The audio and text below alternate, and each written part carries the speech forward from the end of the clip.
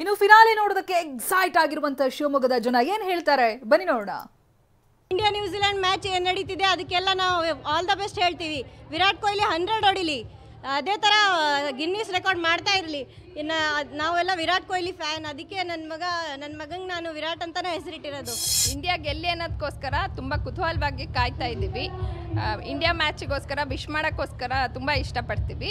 ಇಂಡಿಯಾದಲ್ಲಿ ಬೌಲಿಂಗ್ ಮತ್ತು ಬ್ಯಾಟಿಂಗ್ ಎರಡೂ ಚೆನ್ನಾಗಿರೋದ್ರಿಂದ ಗೆಲ್ತಾರೆ ಅನ್ನೋ ಕಾನ್ಫಿಡೆನ್ಸ್ ತುಂಬ ಚೆನ್ನಾಗಿದೆ. ನಮಗೆ ತುಂಬ ಕುತೂಹಲ ಕಾಯ್ತಾ ಇದ್ದೀನಿ, ಯಾಕಂದರೆ ಅದು ನಮ್ಮ ಭಾರತದ ಮ್ಯಾಚು ಯಾವಾಗಲೂ ಅಂದರೆ ತುಂಬ ಇಂಟ್ರೆಸ್ಟ್ ಆಗಿರುತ್ತೆ. ಯಾಕಂದರೆ ಅಷ್ಟು ಚೆನ್ನಾಗಿ ಆಡ್ತಾರೆ. ಅದರಲ್ಲಿರುವಂಥ ಸ್ಪರ್ಧಿಗಳಂದರೆ ವಿರಾಟ್ ಕೊಹ್ಲಿ ಬ್ಯಾಟಿಂಗ್ ಸಕ್ಕದಾಗಿ ಮಾಡ್ತಾರೆ. ಮಾತ್ರ ಅವ್ರು ಮಾಡಿದ್ರೆ ಮಾತ್ರ ಇಂಡಿಯಾ ಮ್ಯಾಚ್ ಪಕ್ಕಾ ವಿನ್ ಆಗುತ್ತೆ. ವಿನ್ ಆಗಲೇಬೇಕು, ಯಾಕಂದರೆ ನಾವು ಭಾರತೀಯರು ಯಾವಾಗಲೂ ಕಾಯ್ತಾ ಇರ್ತೀವಿ ಮ್ಯಾಚ್ ಕಪ್ ನಮ್ಮದೇ ಕಪ್ ಆಗಬೇಕು ಅಂತ. RCB ನಮ್ದು ಆಗಬೇಕು ಅಂತ ತುಂಬ ವರ್ಷದಿಂದ ಕಾಯ್ತಿದ್ದೀವಿ, ಒಂದ್ಸಲನೂ ಆಗಲಿಲ್ಲ. ಅತ್ಲಕ್ಕೆ ಭಾರತ ಟೀಮ್ ಆದರೂ ನಮಗೆ ವಿನ್ ಆಗಲಿ ಅಂತ ನಾವು ಕಾಯ್ತಾ ಇದ್ದೀವಿ. ಇಂಡಿಯಾ ಮತ್ತು ನ್ಯೂಜಿಲೆಂಡ್ ಕ್ರಿಕೆಟ್ ಮ್ಯಾಚ್ ನಡೀತಾ ಇದೆ. ಅದರಲ್ಲಿ ನಮ್ಮ ಇಂಡಿಯಾನೇ ಗೆಲ್ಲಬೇಕು ಅಂತ ನಾವು ಇವತ್ತು ಈ ಯಕ್ಷಗಾನ ವೇಷಭೂಷಣವನ್ನು ಹಾಕೋದ್ರ ಮೂಲಕ ಹಾರೈಸ್ತಾ ಇದ್ದೀವಿ.